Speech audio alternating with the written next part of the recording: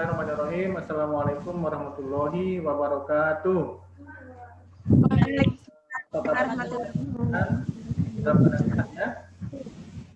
Ya, pada pertemuan kemarin kita sudah membahas tentang bagaimana cara mengidentifikasi unsur-unsur berita. Nah, pada kesempatan kali ini kita juga akan mengidentifikasi tersebut, juga menelaah struktur dan kebahasaan teks berita. Jadi sebelum kita mulai pembelajaran, marilah kita berdoa agar apa yang akan kita pelajari mendapatkan berkah dari Allah Subhanahu wa Ta'ala. Berdoa mulai.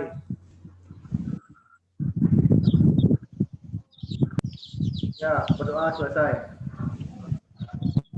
Pak Guru akan menampilkan materinya, tapi sebelum sambil Pak Guru menyiapkan materinya, kalian isi dulu daftar hadirnya sudah Pak Guru bagikan di WhatsApp grup dan di Google Classroom-nya.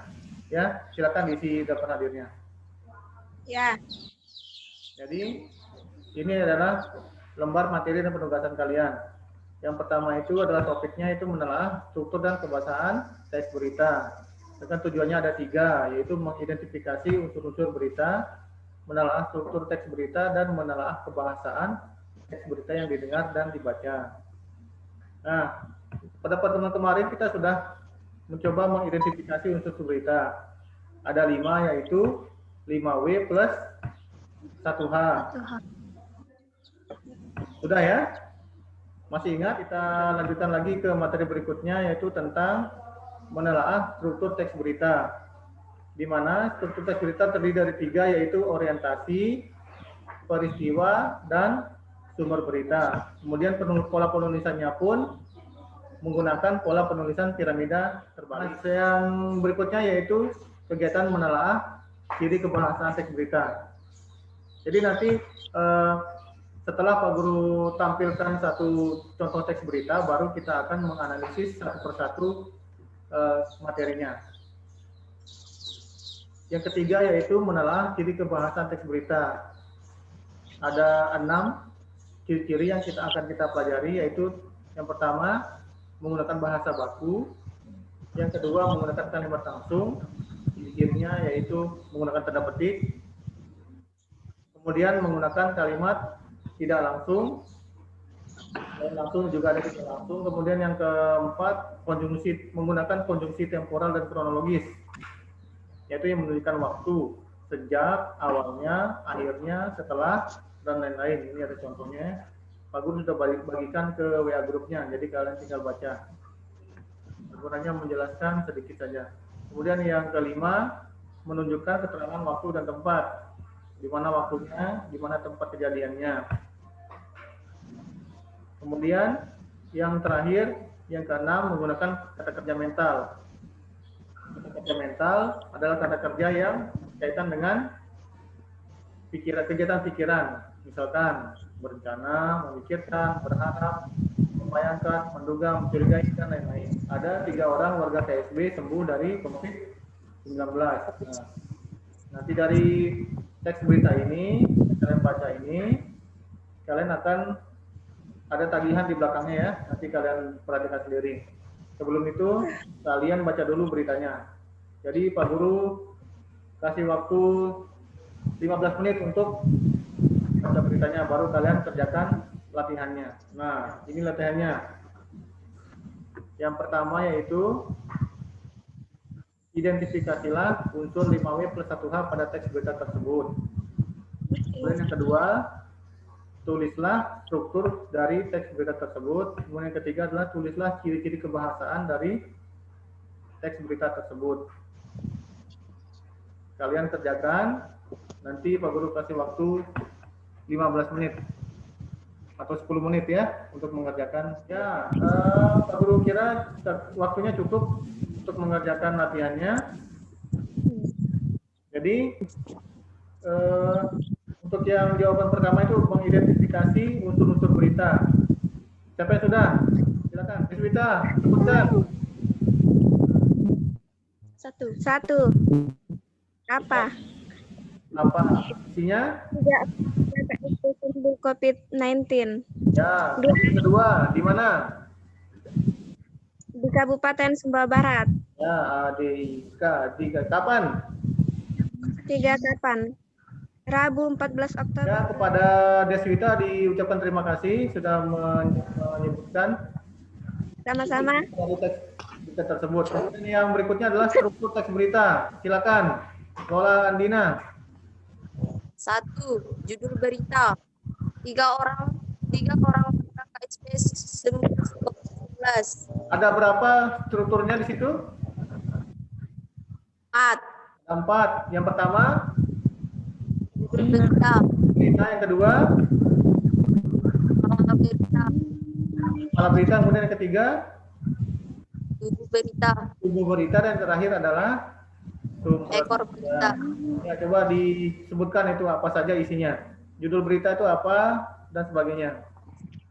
Bulan 10. Satgas COVID-19 Provinsi NTB mengumumkan bahwa 3 orang warga Kabupaten Sumbawa Barat dinyatakan sembuh dari COVID-19. Ya, terima kasih diucapkan kepada Lola Andina telah menyebutkan struktur teks berita dari teks berita tersebut. Kemudian yang berikutnya adalah ciri kebahasaan teks berita. Siapa yang bersedia? Coba Ainun, silakan. Ciri kebahasaan teks berita. Ya. Ada berapa di situ? 1. Menggunakan aku. Menggunakan kata bahasa? Ada 6. Ya, sudah ditandai? Konten yang edis. Iya. Tandai dengan warna. Ya, kemudian 2. Menggunakan kalimat langsung. langsung. Terus yang ketiga, Menggunakan kepada Ainun Salsabila diucapkan terima kasih sudah menyebutkan ciri kebahasaan dari teks berita tersebut. Nah, untuk yang berikutnya, pekerjaan kalian itu sama, latihannya sama, cuma ada tagihan tambahannya yaitu kalian harus mempresentasikan hasil kerja kalian di sini di aplikasi Zoom ini ya. Jadi Pak Guru akan bagikan kalian teks berita. Sudah kelihatan? Sudah. Ya, ini untuk tugas berikutnya kalian mengerjakan hal yang sama dengan yang tadi, cuma hasilnya itu kalian presentasikan ya. Jadi beritanya sudah Pak Guru bagikan, kalian bisa yang berdua tadi bisa berdiskusi. Kalian sendiri mau berdiskusi sama siapa? Nggak ada ya? Kerja sendiri ya? Ya. Pak Guru kasih waktu kira-kira 10 menit lah untuk mengerjakannya. Dan kalian presentasikan di sini. Ya, silakan dikerjakan. Guru rasa cukup sudah ya untuk mengerjakan latihannya. Sekarang giliran kalian yang presentasi sekarang. Nah, yang tadi belum kena giliran siapa ya? Pak Guru minta coba Susi Susanti. Assalamualaikum warahmatullahi wabarakatuh. Hari ini saya akan mempresentasikan tentang 1. Unsur-unsur berita. 1. Apa? Apa yang diberitakan? Seorang balita dan 6 anak-anak di Sumbawa Barat positif COVID-19. 2. Di mana? Di manakah peristiwa itu terjadi? Di Kabupaten Sumbawa Barat. 3. Kapan? Kapan peristiwa itu terjadi? Jumat 6 November 2020. 4. Siapa? Siapa saja orang yang ada di dalam teks berita? Yang pertama, HL Gita Aryadi, Ketua Pelaksana Harian Satgas COVID-19 NTB. Dan bagaimana cara mencegah penularan COVID-19? Cara mencegah penularan COVID-19 bagi tenaga kesehatan, tetap melakukan kontak tracing terhadap semua orang yang pernah kontak dengan yang terkonfirmasi positif. Melakukan identifikasi epicentrum penularan guna dilakukan tindakan pencegahan dan pengendalian penyebaran COVID-19. Cara mencegah penularan COVID-19 bagi masyarakat. Tetap waspada dan mematuhi protokol kesehatan dalam setiap aktivitas sosial dan ekonomi memakai masker, menjaga jarak, mencuci tangan, dan membiasakan pola hidup bersih dan sehat dalam keseharian.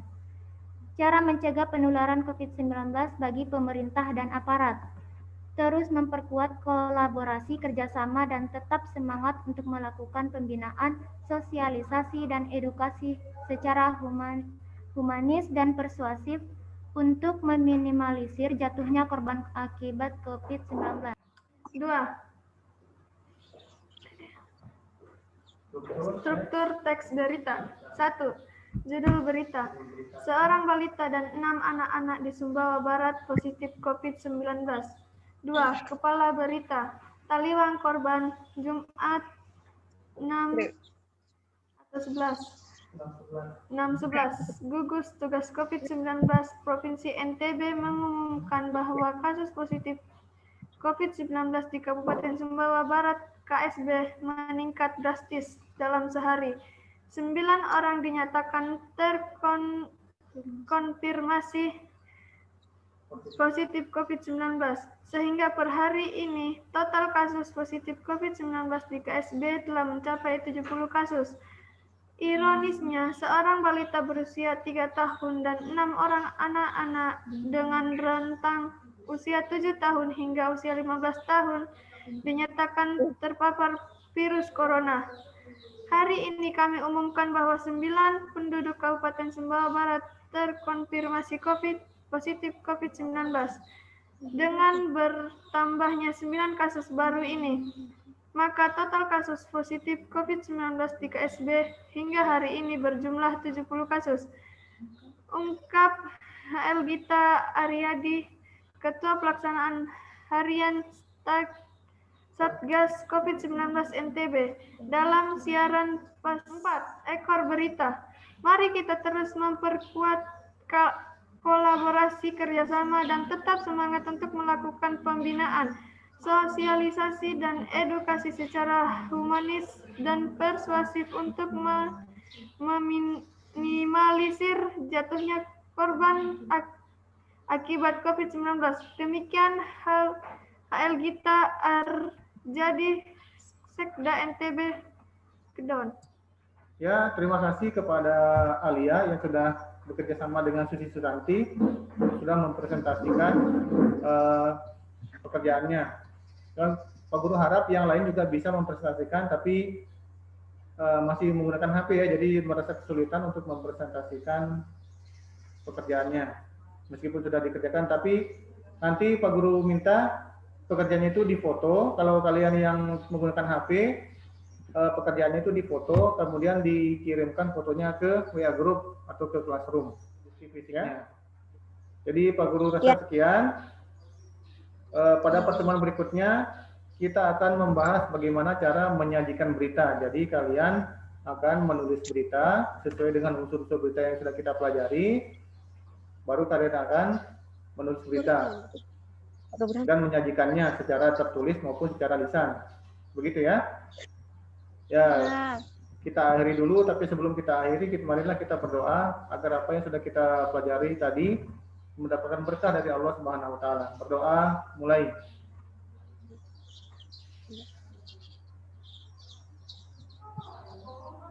Berdoa selesai. Ya Pak Guru ucapkan terima kasih. Wabillahi taufik wal hidayah. Wassalamualaikum warahmatullahi wabarakatuh.